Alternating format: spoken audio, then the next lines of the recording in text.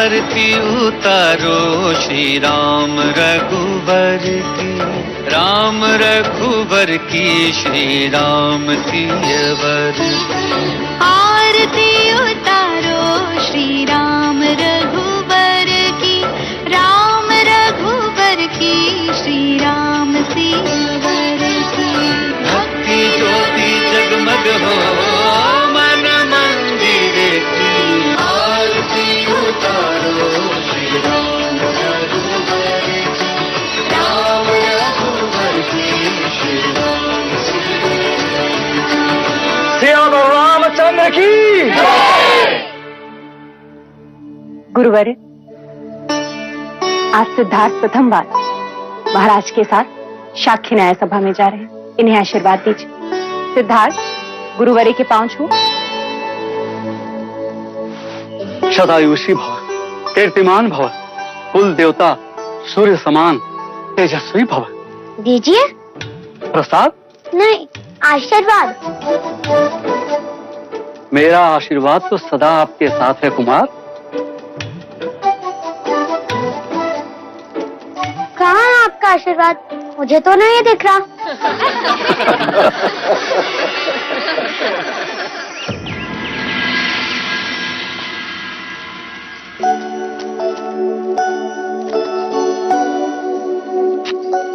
क्या न्याय सभा जाने के लिए इतने आभूषण पहनना आवश्यक है माँ? हाँ, क्यों?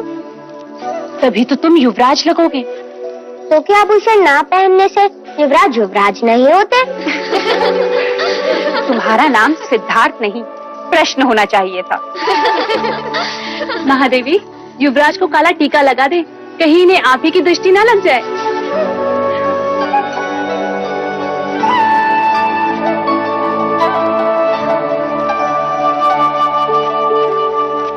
लीजिए देव, युवराज न्याय सभा जाने के लिए सज्ज है।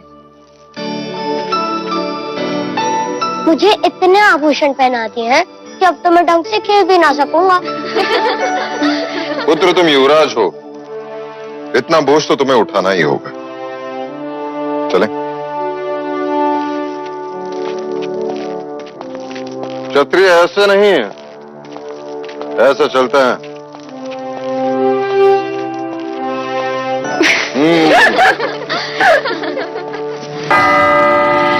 आप सभी का कपिल वस्तु की न्याय सभा में स्वागत है। और स्वागत है हमारे युवराज सिद्धार्थ का और कुमार देवदत्त का भी, जो आज प्रथम बार कपिल वस्तु की न्याय सभा में उपस्थित हुए हैं। युवराज सिद्धार्थ की, युवराज सिद्धार्थ की, युवराज सिद्धार्थ की। शांत हो जाइए, शांत हो जाइए। महाराज शुद्धोदन की आज्ञा से अब आज की न्याय सभा आरंभ की जाती है। अब दोनों किसान अपनी अपनी न्याय याचना लेकर महाराज के सम्मुख उपस्थित होंगे।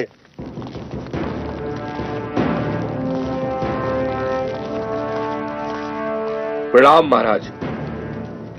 क्या याचना है? महाराज, मेरी याचना इस कुशल के विरुद्ध है। इसने मुझसे पिछले वर्ष अनाज उधार लिया था, ये कहकर कि वो अनाज इस वर्ष मुझे लौटा देगा, मगर महाराज आज तक इसने वो अनाज मुझे लौटाया ही नहीं। कैसे लौटाऊं महाराज? पिछले 2 साल से उपज नष्ट हो रही है, इस साल भी कुछ हाथ नहीं लगा। ये असत्य बोल रहा है महाराज। आप चाहे तो अपनी सिपाही से पूछ सकते हैं।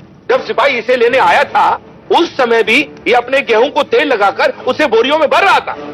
महाराज, मेरे पास 2 ही बोरी गेहूं है, उसी से मैं अपने परिवार का पोषण पूरे वर्ष करूंगा महाराज।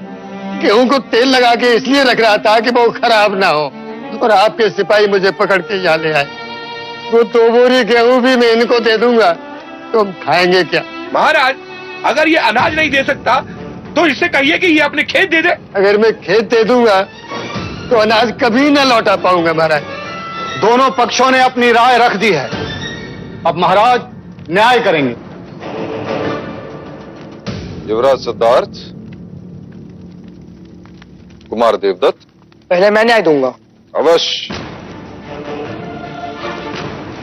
महाराज, मेरा मत है कि हम न्याय क्षत्रिय विधि से करें। कुशल ने गौरी को दिया वचन पूरा नहीं किया, इसीलिए कुशल को अपना खेत गौरी को देना चाहिए। महाराज ऐसा न्याय न करें महाराज, हम नष्ट हो जाएंगे। दया करें महाराज। कुमार सिद्धार्थ, तुम कहो।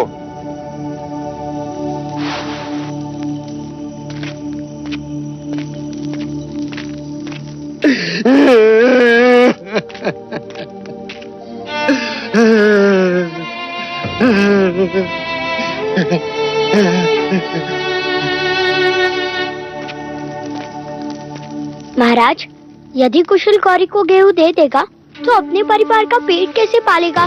खेत दे देगा तो अनाज कहाँ से उगाएगा? और गौरी को उसका अनाज कहाँ से लौटाएगा? वैसे भी गौरी के पास अनाज का अभाव नहीं, इसलिए मुझे लगता है कि कुशल की अनाज लौटाने की अवधि बढ़ा दी जाए।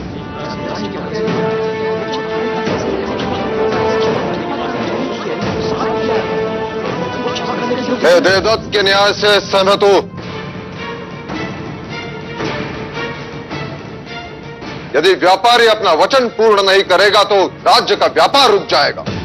इसलिए कुशल को, गौरी को कुछ न कुछ तो देना ही होगा। क्षमा करें महाराज, चलते समय मेरे पास जितने पन थे वो सब गौरी को दे दिए मैंने। महाराज इसने मुझे कुछ नहीं दिया। महाराज गौरी असत्य कह रहा है। महाराज मैं असत्य क्यों बोलूंगा?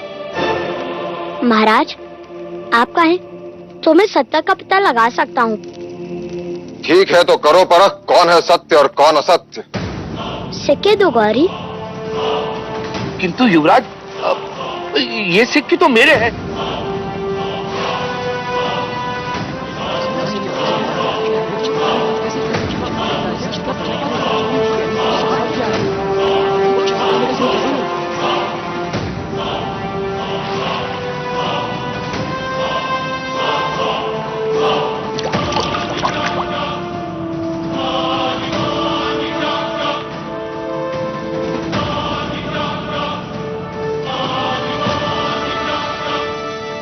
ये सिक्के कुशल के ही हैं। इस बात का क्या प्रमाण है कि ये सिक्के कुशल के ही हैं? क्योंकि जब कुशल ने सिक्के दिए तब वो गेहूं को तेल लगा रहा था और तेल सिक्कों पर लगा है।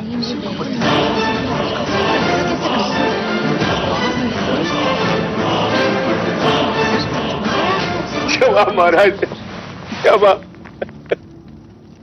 ये सिक्के कुशल के ही है महाराज, कुशल के। इससे यह प्रमाणित होता है कि कुशल ने गौरी को सिक्के दिए थे और इसके नियत में कोई खोट नहीं।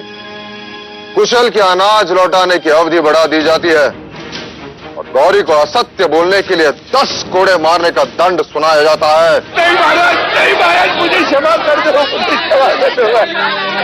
10 सिक्कों के लालच से मुझे अंधा बना दिया महाराज, अंधा बना दिया। मैं अगर आपके बाद असत्य बोलूं तो मेरे अनाज और खेत सब आपके। महाराज गौरी को क्षमा कर दीजिए, अब से वो कभी असत्य नहीं बोलेगा।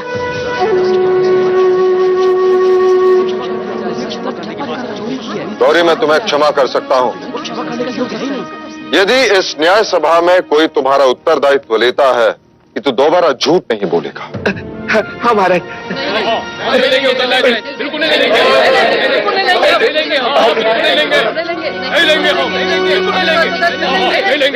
देखा गौरी, तुम्हारा उत्तरदायित्व लेने के लिए कोई तैयार नहीं, इसलिए तुम्हें 10 कोड़े मारने का दंड। महाराज गौरी का उत्तरदायित्व मैं लेता हूँ।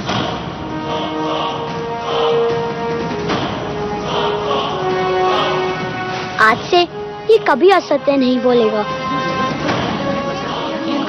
सिद्धार्थ, पता है उत्तरदायित्व लेने का अर्थ क्या है? यदि गौरी ने दोबारा असत्य कहा तो कोड़े तुम्हें खाने होंगे। हाँ ज्येष्ठा, पर गौरी तो यातना से बच जाएगा ना?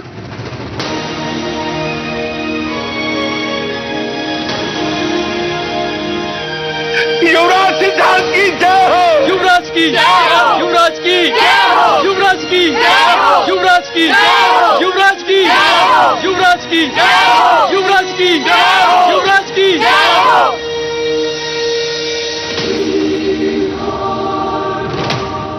चाहे लाख जतन कर ले राजन, तेरा पुत्र सन्यासी ही बने।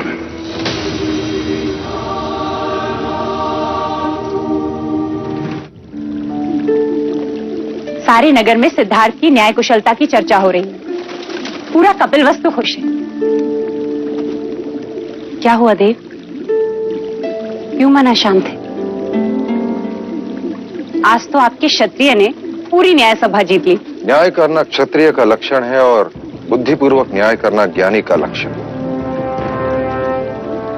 परंतु अपराधी का उत्तरदायित्व लेना करुणा का लक्षण है प्रजापति।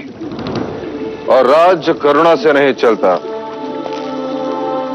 राजा को वज्र से भी कठोर होना चाहिए। जब अपराधी के चमड़ी पर कोड़े पड़ते हैं तो उसे उसकी पीड़ा नहीं, अपने न्याय के गर्व की अनुभूति होनी चाहिए। किंतु देव, युवराज अभी बालक हैं और सुबह की धूप कच्ची ही होती है। इसी कच्ची धूप को प्रखर करने का समय आ गया है प्रजापति। ठीक कहा। हम सिद्धार्थ को तक्षशिला के गुरुकुल भेजेंगे। सिद्धार्थ तक्षशिला नहीं जाएगा। तो क्या आप सिद्धार्थ को गुरुकुल की शिक्षा से वंचित रखेंगे? मैं उसके लिए यही गुरुकुल बनाऊंगा। मेरी आंखें ही उसके लिए तक्षशिला होगी। हमारे कुल के सभी बालक एक साथ यही पढ़ेंगे कपिलवस्तु में।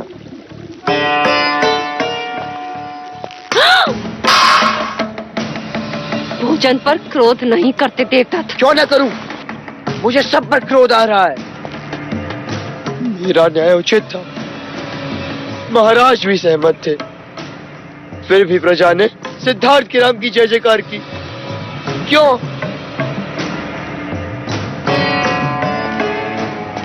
आंसू पोंछो देवदत्त, इस भांति रोते नहीं। अब तुम बड़े हो गए हो। यदि आप महाराज से बड़े होते तो राजगद्दी हमारी होती। देवदत्त सच ही तो कह रहा है वो। इस भांति बड़ा होकर भी देवता छोटा नहीं बनता। आप इसके पिता हैं। आपके आंखों में इसके आंसुओं का कोई मूल्य नहीं। क्या चाहते हैं आप कि देवदत्त भी सिद्धार्थ के पीछे पीछे घूमता रहे जैसे कि आप महाराज के पीछे घूमते हैं? मंगला,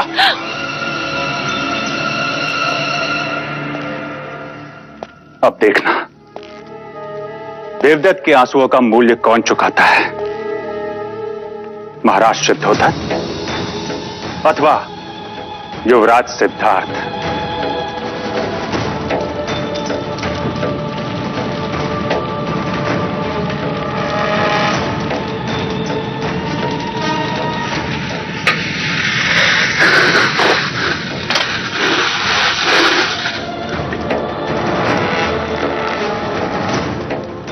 लीजिए महाराज, ज्यों की त्यों है, रत्ती भर भी अंतर नहीं है।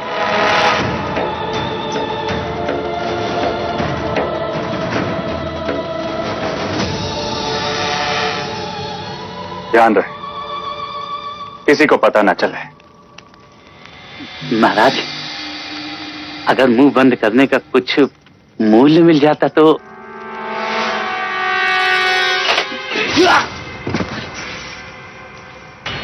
ऋण तो मैं स्वयं भी नहीं रखता। अरे अरे इधर इधर, अरे उधर नहीं, उधर नहीं, उधर नहीं, अरे उधर, अरे इधर इधर इधर इधर, अरे उधर इधर इधर, अरे इधर इधर, अरे इधर इधर।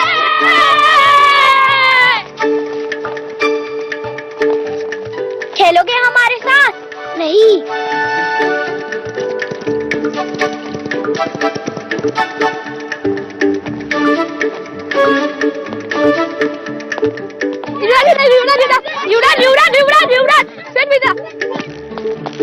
कुमार, वहां मत जाइए, वहां युवराज खेल रहे हैं। चल।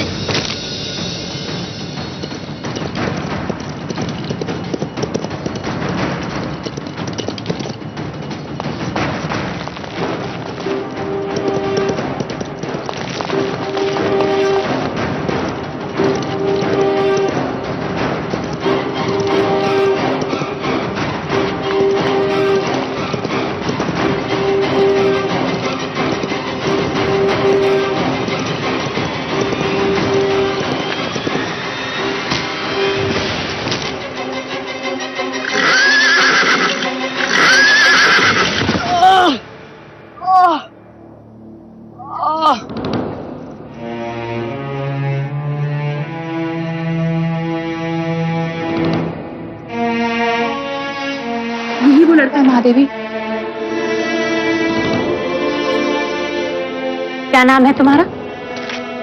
चन्ना, चन्ना महादेवी। ये तुम्हारा पुत्र है सूर्य? जी। भीतर आओ। जी नहीं युवराज, मैं यहाँ ठीक हूँ। वो सारथी पुत्र है, वो भीतर नहीं आ सकता। क्यों? वो ओछी जात के हैं, उन्हें छूते नहीं। ओछी जात?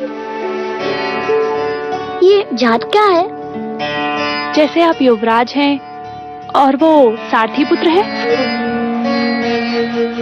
तो वो मुझसे भिन्न कैसे? आपका जन्म राजप्रासाद में हुआ है, इसलिए आप युवराज हैं, और वो छोटे घर में रहता है, इसलिए सारथी पुत्र है। इसमें क्या भिन्नता है? घाव होने पर उसे भी तो रक्त आता है। जब आप बड़े हो जाएंगे तो अपने आप समझ जाएंगे। पर मैं तो अभी समझना चाहता हूँ।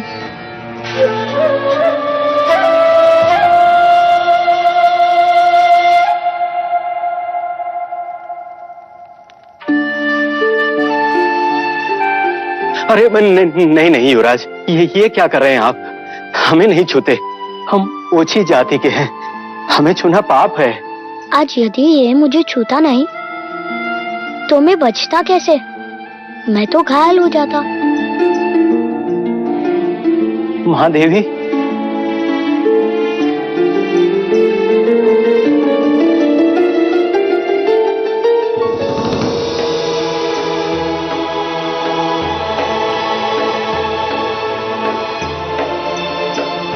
देवदत्त कैसा है? उन्हें अधिक चोट आई है और ये बात तो मुझे अब बता रही है। चल। देवदत्त, महाराज को पता चलेगा तो क्या होगा, तुम्हें पता है? देवदत्त कैसा है मंगला दीदी? देखो ना, सिद्धार्थ को बचाते बचाते घोड़े पर से गिर गया।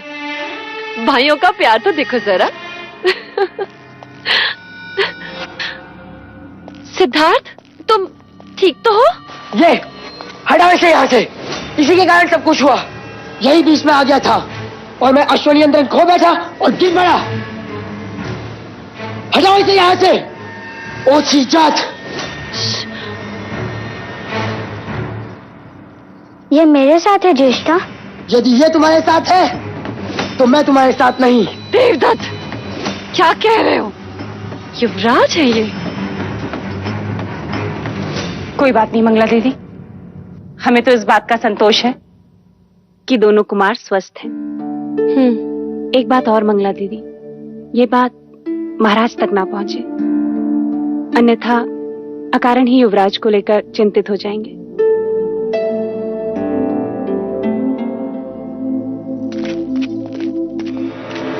मैं भी तो यही चाहती हूँ कि महाराज को पता ना चले।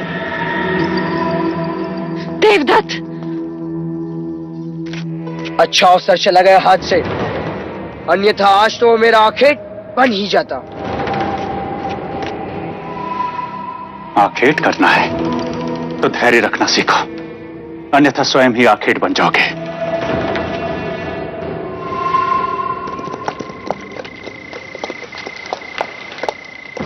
गौरीनंदन जी, जी कहिए क्या आदेश है?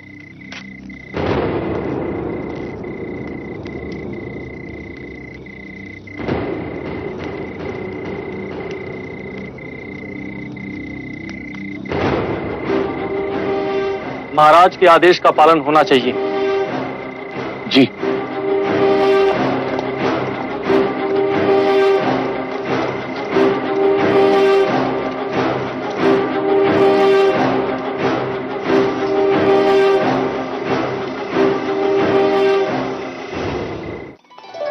हम सब कहाँ जा रहे हैं यार? हम सब हर वर्ष की भांति वक्र मंगल उत्सव के लिए जा रहे हैं। तो क्या हर वर्ष की भांति अमिता बुआ भी आएगी? हाँ आएंगी। और यशोधरा? वो भी आएगी। हरि ओम अग्नेन्द्रोदाम पुरोदधे हव्यवाहमुपब्रवे देवा। महाराज, खेतों की उपज फूले फले इसलिए भगनी और ब्राह्मणों को भूदान दीजिए। परंतु हमारी भगिनी अभी तक देवदास से आई नहीं गुरुवर।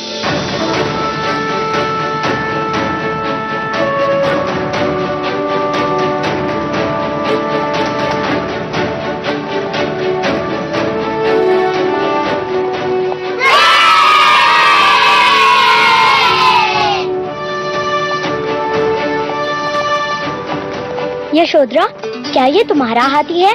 हाँ, कुंज है इसका नाम। क्या ये मेरा मित्र बनेगा? हाँ, बनेगा। वैसे तो वो रथ या पालकी से आती है, इस बार वो हाथी पर कैसे आई? यह हाथी जानबूझकर हमें नीचा दिखाने भेजा है महाराज दंडपानी ने, जिससे ये सिद्ध हो जाए कि वो हमसे अधिक धनी है। यह हाथी नहीं महाराज, उनका अहंकार है।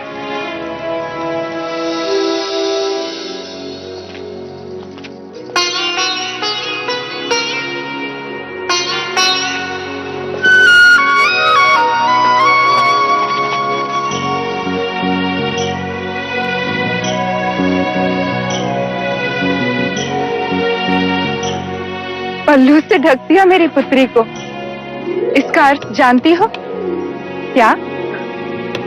अब से ये तुम्हारी हुई।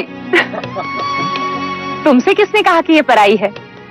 ये तो पहले से ही हमारी है, क्यों यशोधरा?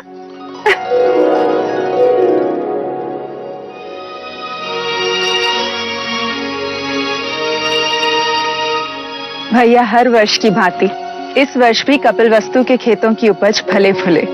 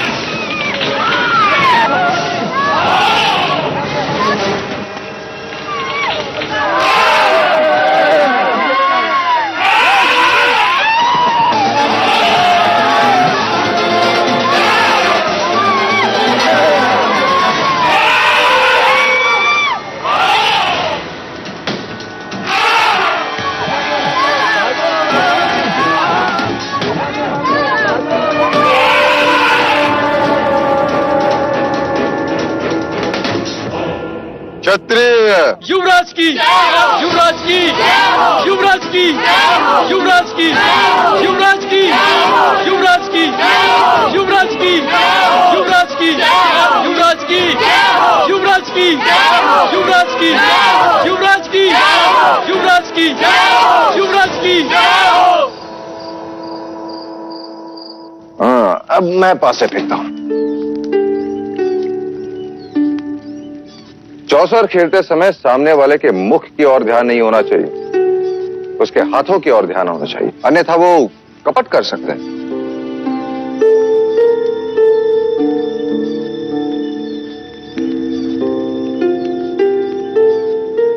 क्या उस हाथी जैसा तुम्हें मेरे सर पर भी कांटा दिखाई दे रहा है? हाँ। निकाल दो। निकाल दो। निकाल।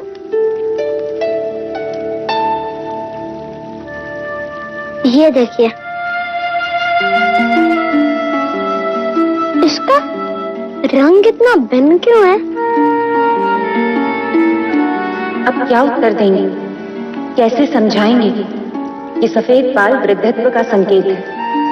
फिर वो पूछेगा वृद्धत्व क्या होता है? कुमार, जैसे आपके छोटे पुराने दांत टूटकर नए दांत आ गए, उसी प्रकार बालों का रंग बदलकर वो गिर जाते हैं और उसकी जगह पे नए बाल आ जाते हैं। वैसे जैसे पेड़ की पत्तियां अपना रंग बदलती हैं। बिल्कुल वैसे हैं। सही समय पे आई। युवराज को नींद आ रही है, ले जाओ।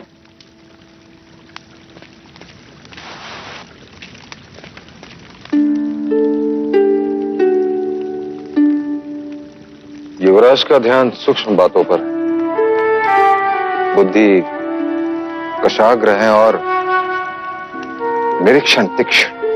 आज तो बात टल गई, किंतु कल घोषणा कर दी जाएगी। राजप्रसाद में सब सर ढक कराएंगे और स्त्रियां सर पर मेहंदी के पत्तों का लेप लगाएंगे, केश का रंग बदल जाएगा।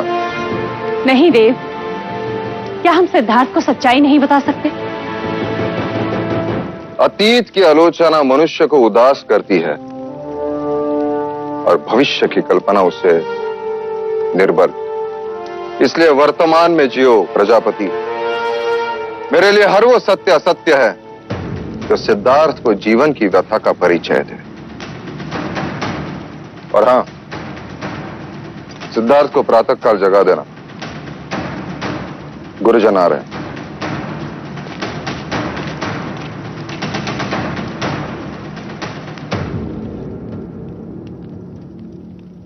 जैसे आपके छोटे पुराने दांत टूटकर नए दांत आ गए, उसी प्रकार बालों का रंग बदलकर वो गिर जाता है।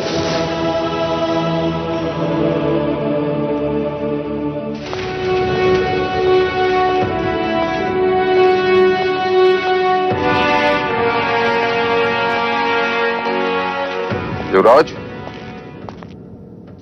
ये सारे ब्राह्मण वेद के अंग हैं। गुरु कौंडिल्य आपको शास्त्र की शिक्षा देंगे। गुरु अश्वपाल तुम्हें घुड़सवारी सिखाएंगे। राजनीति का ज्ञान गुरुवर्य तुम्हें देंगे। छंद एवं व्याकरण गुरुवर्य आपको सिखाएंगे। ये खगोल शास्त्र के वेद विज्ञान में कुशल है। आज से ये सारे ब्राह्मण तुम्हारे गुरु हैं। इनके आदेश का पालन करना तुम्हारा धर्म है। इनसे आशीर्वाद लो।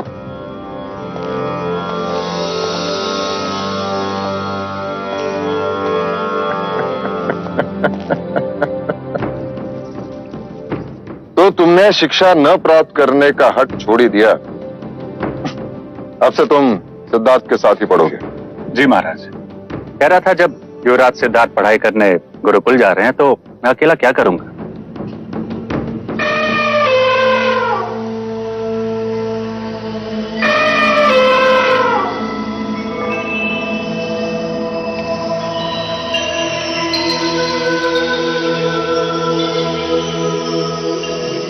महाराज, हाथी और कुंवारी का सामने आना अच्छा शगुन है।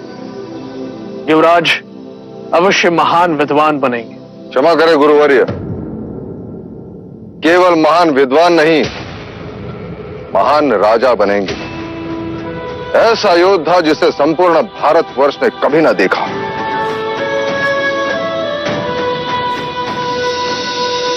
ये क्या है? दीपक। ये दीपक ज्ञान और ध्यान का प्रतीक है। वो कैसे? ज्ञान का प्रतीक इसलिए कि जब यह प्रकाशित होता है तो हम निकटतम जगत को जान लेते हैं, और ध्यान का प्रतीक इसलिए कि जब यह प्रकाशित होता है तब सबका ध्यान उसी की ओर आकर्षित होता है। शिक्षा का प्रारंभ हम ब्रह्मनाद से करेंगे, अर्थात ओम के उच्चारण से करेंगे।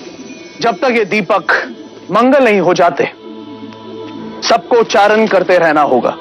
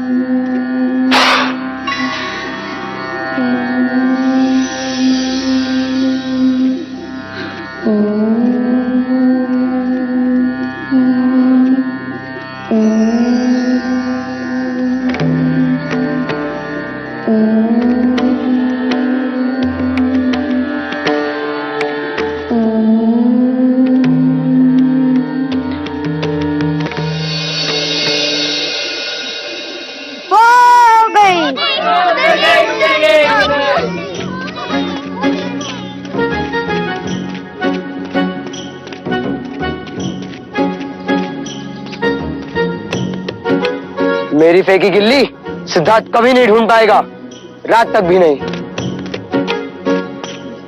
गिल्ली मिल गई! गिल्ली मिल गई दोस्तों! लो, तुम तो कहते थे कि सिद्धार्थ तुम्हारी गिल्ली कभी नहीं ढूंढ पाएगा। ढूंढ ली ना उसने गिल्ली। अब तुम अपनी आंखें बंद करो। चलना, अब तुम्हारी बारी।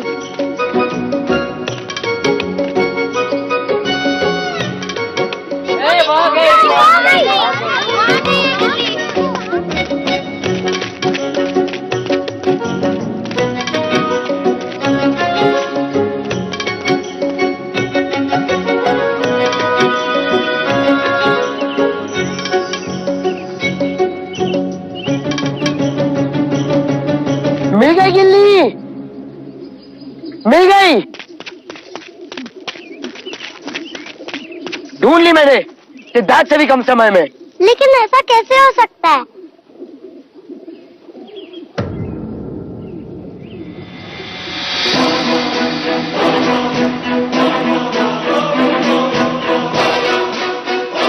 गिल्ली तो यहाँ है। सिद्धार्थ इतनी जल्दी गिल्ली कैसे ढूंढ सकता है? अवश्य इससे कपट किया है। इसने हमें दूसरी गिल्ली दिखा दी। नहीं, सिद्धार्थ सत्य कभी नहीं बोल सकता। तो मैं सत्य बोल रहा हूँ। ध्यान रहे, मैं जयेश हूँ। कपट सिद्धार्थ ने ही किया है।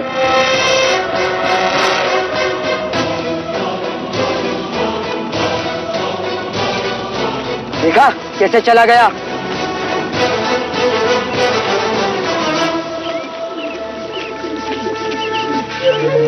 क्या हुआ सिद्धार्थ? क्या हुआ सिद्धार्थ को?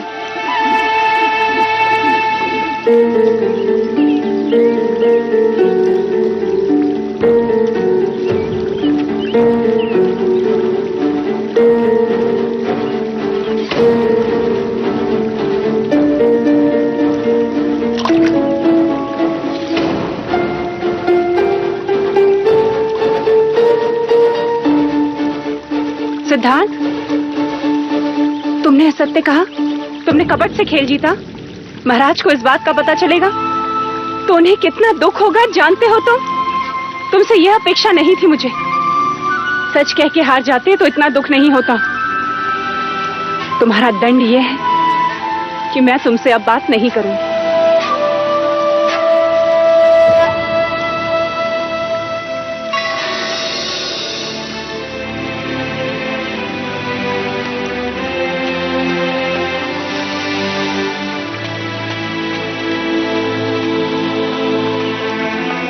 यही है वो गिल्ली जो मैंने फेंकी थी। देखो, इसका कोना टूटा है। चिस्ता की दिखाई हुई गिल्ली दूसरी थी। कपट सिद्धार्थ ने नहीं किया महादेवी।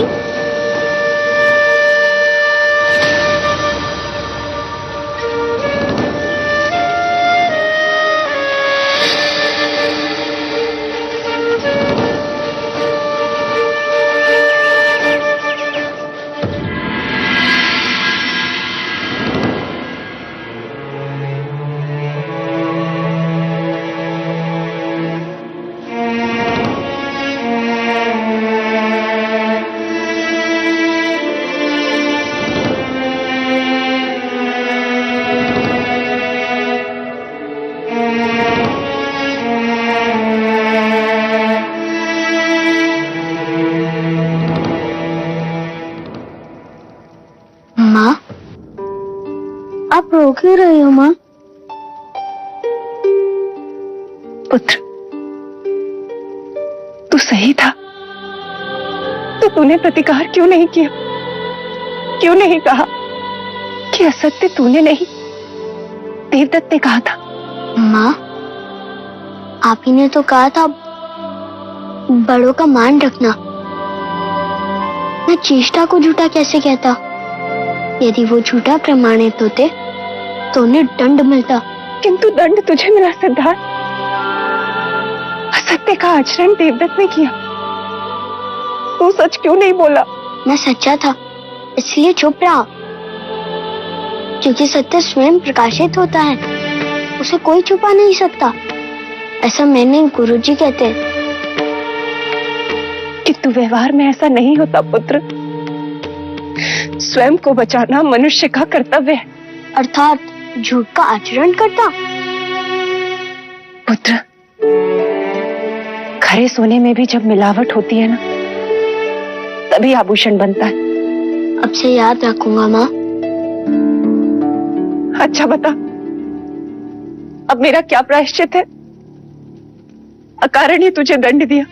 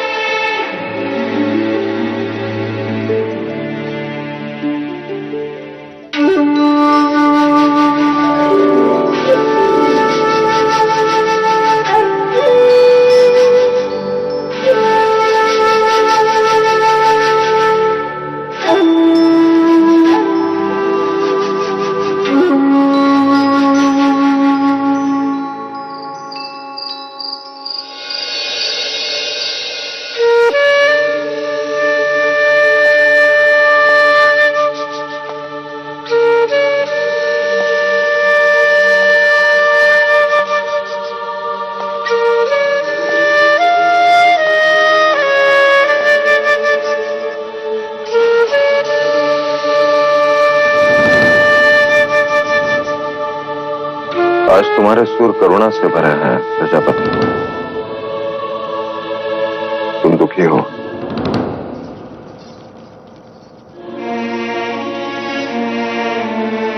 हाँ देव, एक मां के लिए इससे बड़ा दुख क्या होगा कि वह अपने पुत्र को समझ ही नहीं पाई। ऐसा लगता है जैसे 8 साल की उम्र में कोई 80 साल का विचारक बन दी। देव, पत्थर सामने आ जाएं, तो पेड़ की जड़ें भी उन्हें काट कर अपना रास्ता बना लेती हैं। किंतु यह बालक, यह तो अपने बारे में कुछ सोचता ही नहीं। सामान्य मनुष्य स्वार्थ भी नहीं। उसे दंड देकर तुम स्वयं को दुखी कर रही हो प्रजापति। उसे लड़ना सिखाइए, सिद्धार्थ को लड़ना सिखाइए देव। तुम चिंता मत करो देवी। मेरे जीवन का ध्येय यही है कि सिद्धार्थ भारतवर्ष का सबसे बड़ा योद्धा बने। वो सम्राट सिद्धार्थ गौतम कहलाए।